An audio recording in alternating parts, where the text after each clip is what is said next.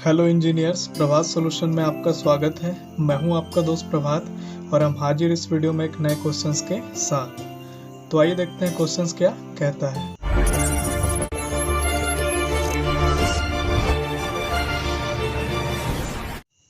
Question बोलता है a column 4 metre long यानी 4 मीटर लंबा एक कॉलम है has to support a load of 6000 kilo newton. ये क्या करेगा? लोड इस पर आ रहा है 6000 किलो न्यूटन का। The column is effectively held at both and and restrained in direction at one and. ये आपका कंडीशन दिया हुआ है जिससे आपको इफेक्टिव लेंथ लेना है। फिर बोलता है आपका design the column using beam section. अब अपने में क्या करना है? बीम सेक्शन यूज़ करते हुए हमको क्या करना है? कॉलम को डिज़ाइन करना है। एंड प्लेट्स यानी प्लेट और बीम सेक्शन का यूज़ करना है और उसके बाद हमें कॉलम को डिज़ाइन करना है।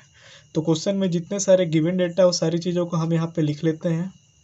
तो इसको हम स्टेप 1 बोलते हैं। तो हमें लेंथ दिया है 4 मीटर, ठीक है। लोड हमें दिया है 6000 किलो न्यूटन। अब आपको इफेक्टिव लेंथ लेना है। तो जो आपको बोला held at both ends and restrained in direction at one end, इसके लिए आपका जो कंडीशन है वो IS 800 2007 में पेज नंबर 45 में आपको दिया हुआ है। अभी जो मैंने पढ़ा वो कंडीशन आपका ये अप्लाई होता है कि एक साइड से आपका फिक्स है, एक साइड से आपका क्या है, फ्री सपोर्ट है, रिस्ट्रेन रिस्ट्रेन रिस्ट्रेन फ्री। तो यहाँ पे आपको जो इफेक्टिव लेंथ लेना है उसके लिए आपका जो वैल्यू बनता है 0.8L बनेगा। तो इसी वैल्यू को हमको लेना है और इस L के जगह में हम 4 पुट करेंगे। तो इसलिए effective length equal to 0.8 into 4। तो इंटू करने के बाद आएगा 3.2 मीटर। अब एज्यूम करते हैं ग्रेड ऑफ स्टील Fe 415 जो हमें दिया हुआ नहीं तो हम एज्यूम कर सकते हैं। तो यहाँ से आपको Fi की वैल्यू मिल जाएगी 250 मेगा पास्कल। अब स्टेप 2 आता है एरिया रिक्वायर्ड। अब ये जो हमें लोड मिला है 6000 किलो न्यूटन, इसके लिए हमें कितना रिक्वायर्ड का एरिया होगा, ठीक है, वो हमें यहाँ पे निकालना है। तो एरिया का फॉर्मूला आपका बन जाएगा जितना आपके पास लोड आ रहा है फैक्टर लोड यानी 6000 अपॉन में जो आपका FCD यानी कंप्रेसिव डिजाइन स्ट्रेस है उसकी वैल्यू। तो यहाँ पे हम क्या करेंगे? FCD निकालने के लिए एज्यूम कर लेते हैं सिलेंडरनेस रेशियो 90। आप 90 ले सकते हैं, 100 ले सकते हैं, 110 ले सकते हैं। आपको IS रिकमेंडेशन में जितना मैक्सिमम वैल्यू है उससे आपको कम कंसिडर करके चलना है, जो हमने लास्ट वाले वीडियो में आपको बताया हुआ था। अब यहाँ पे हमें क्या करना है? आई सेक्शन प्रोवाइड करना है।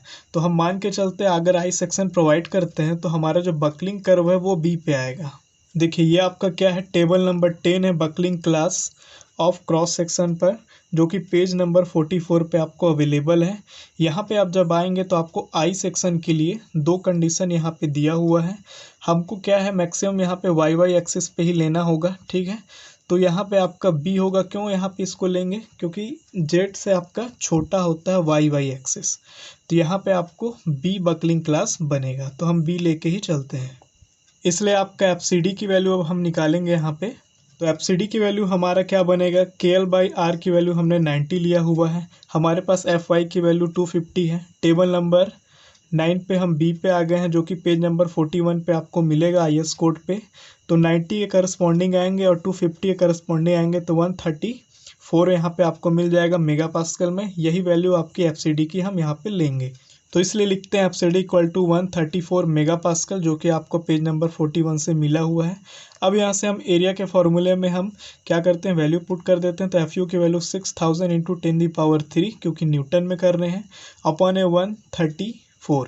सॉल्व करने के बाद 44776.12 mm² आता है, यानी इतना एरिया आपको रिक्वायर्ड है। तो A इक्वल टू हम इतना ले लेते हैं। अब क्या करेंगे? हम स्टील टेबल में जाएंगे, इस एरिया के करस्पॉन्डिंग कोई सेक्शन हमको देखना पड़ेगा। चूँकि हमें क्या बोला है क्वेश्चन में कि हमें प्लेट्स भी लगाना है, तो हमको इससे कम एरिया पे जाना पड़ेगा और जो बीम वाला सेक्शन हम वहाँ पे जाके स्टील टेबल में लेते हैं और फिर वहाँ से हम क्या करेंगे? सॉल्व करते हैं। तो ये आपका स्टील टेबल है, पेज नंबर 4 पे हम आ गए हैं। हम यहाँ पे प्रोवाइड कर रहे हैं ISWB 600, जो कि इसका क्या है, आपका सेक्शनल एरिया है 184.86 सेंटीमीटर स्क्वायर में है। इसको हम क्या करेंगे? MM में कन्वर्ट करेंगे और यहाँ पे इसके जितने भी प्रॉपर्टीज़ है वो सारी चीज़ों को हम क्या करते हैं? अपने नोटबुक में लिख लेते हैं। तो स्टील टेबल में पेज नंबर 4 पे हम गए थे। तो लेट यूजिंग ISWB 600 @ 145 5.1। और आप क्या प्रोवाइड कर रहे हैं, 4 नंबर ऑफ, आप क्या करेंगे 250 mm का विड्थ का लेंगे, जो 30 mm थिकनेस का प्लेट होगा दोनों साइड। ठीक है, अभी हम आपको फिगर दिखाएंगे, उसमें आपको क्लियर हो जाएगा कि आप कैसे प्लेट को प्रोवाइड कर रहे हैं इस कॉलम को बनाने के लिए इस बीम सेक्शन के साथ। तो जो हमारा प्रॉपर्टी है वो हम लिख लेते हैं। तो लिखते हैं डिटेल्ड ऑफ ISWB 600@145.1। तो इसका जो विड्थ ऑफ फ्लेंज होगा 250 mm है, उतनी प्लेट हम भी विड्थ, उतना ही प्लेट का हम विड्थ प्रोवाइड कर रहे हैं, क्योंकि इसका BF आपका 250 mm है।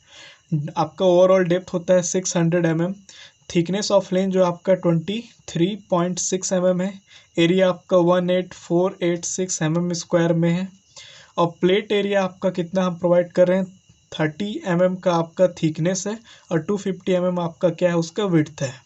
तो देखिए जब हम इसको प्रोवाइड कराएंगे तो ये कुछ इस टाइप का दिखेगा, 2 प्लेट आपको ऊपर में, 2 प्लेट आपका नीचे में, और ये आपका क्या है, आपका ISW 600 प्रोवाइड है। ये आपका YY एक्सिस है, आपका X एक्सिस। 30 ये दोनों प्लेट का आपका थिकनेस हो गया, और 23.6 इसका, इसी तरह नीचे भी होगा। विड्थ इसका कितना है, 250 है। ठीक, तब क्या करते हैं, इस पूरे सेक्शन का हम टोटल एरिया निकालते हैं। तो टोटल एरिया का फॉर्मूला आपका होगा एरिया ऑफ ISWB, जो आपका ये यहाँ से यहाँ तक का पार्ट है, प्लस आपका टोटल एरिया यानी टोटल प्लेट का एरिया, जो आपका 2 प्लेट इधर और 2 प्लेट इधर आपका जो प्रोवाइड है। तो एरिया ऑफ ISWB का क्या है, 18486 आपको कहाँ से मिल गया, स्टील टेबल से मिल गया, प्लस आपने total number of plate 4 provide किया, तो 4 से इंटू करेंगे, तो आपका थिकनेस इंटू आपका विड्थ जो आप प्लेट प्रोवाइड किए वो, तो 30 इंटू 250।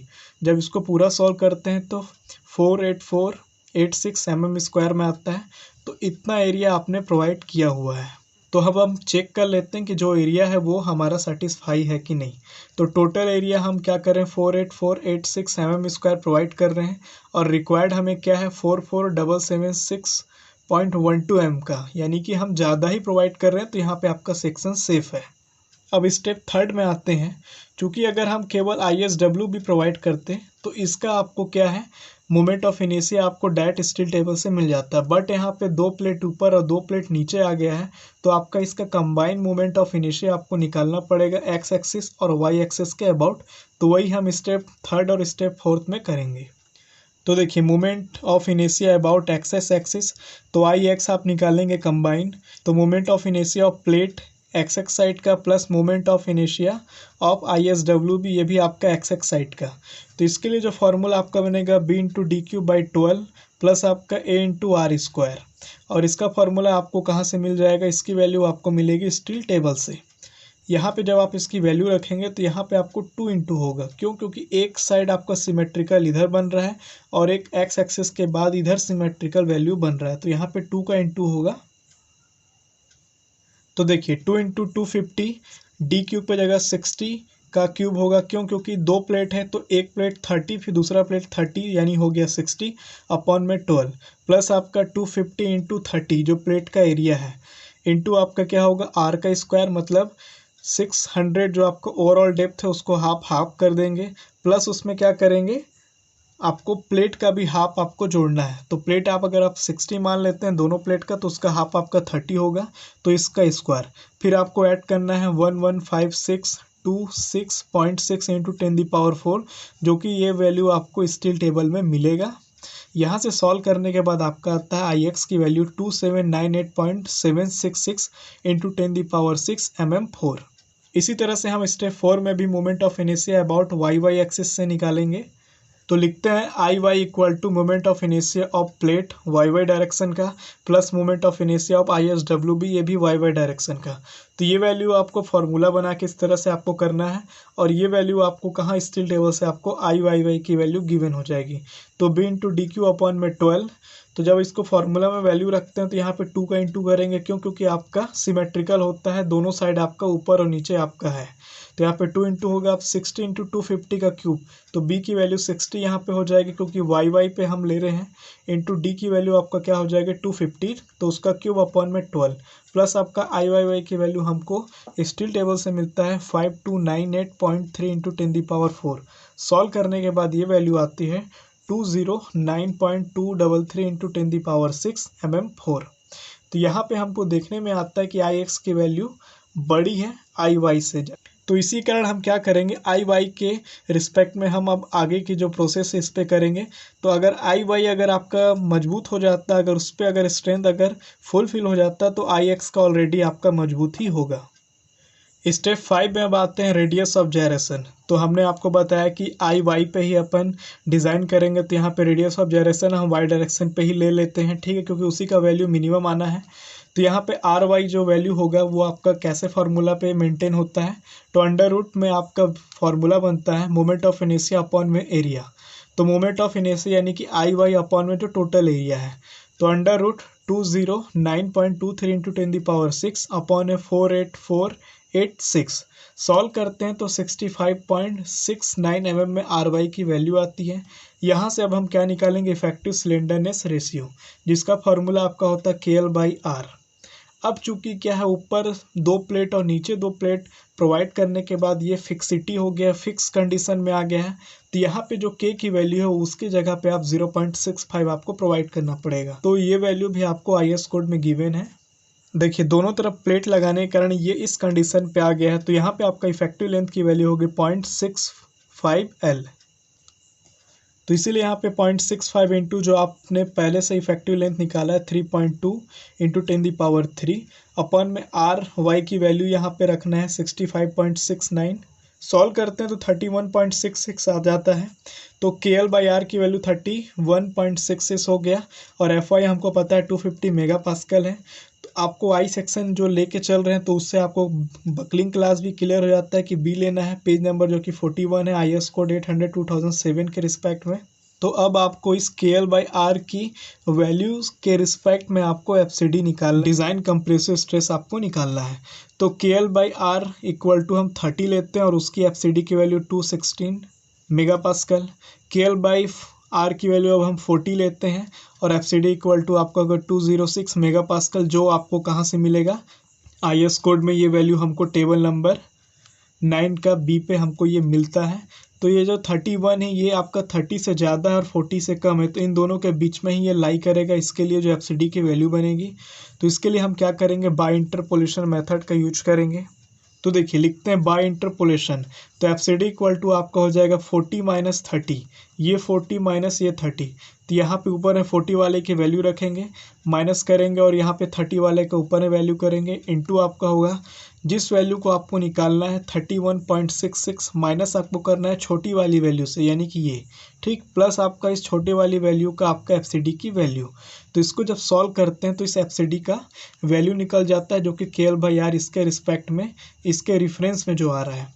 तो FCD इक्वल टू 214.34 मेगापास्कल। अब स्टेप 6 में हम क्या करते हैं, डिजाइन कंप्रेसिव स्ट्रेंथ निकालते हैं, यानी कि PD की वैल्यू। तो एरिया इंटू जो हमने FCD कैलकुलेट किया वो, तो एरिया हमने क्या निकाला था 48486 इंटू FCD की वैल्यू 214.34। तो सॉल्व करने के बाद 10392.49 किलो न्यूटन, मतलब आपका 10,000 से थोड़ा ज़्यादा किलो न्यूटन का ये लोड सह सकता है। अब आपको क्वेश्चन में कितना लोड बता रहा है, जितना वो रेसिस्ट कर सके, तो 6000 किलो न्यूटन, जो कि ऑलरेडी आपका PD की वैल्यू से कम है, यानी PD ज़्यादा है, ये ज़्यादा रेसिस्ट कर सकता है और लोड आपका कम आ रहा है, तो इसलिए आपका डिज़ाइन सेफ होता है। तो इसलिए हम यहाँ पे लिख देते हैं हेंस डिज़ाइन सेफ, और यहाँ पे आपका ये क्वेश्चन कंप्लीट होता है। तो ये वीडियो आपको थोड़ी सी भी हेल्प की हो तो इस वीडियो को लाइक करें, शेयर करें, इस चैनल को सब्सक्राइब कर लें। इस वीडियो में इतना ही, धन्यवाद।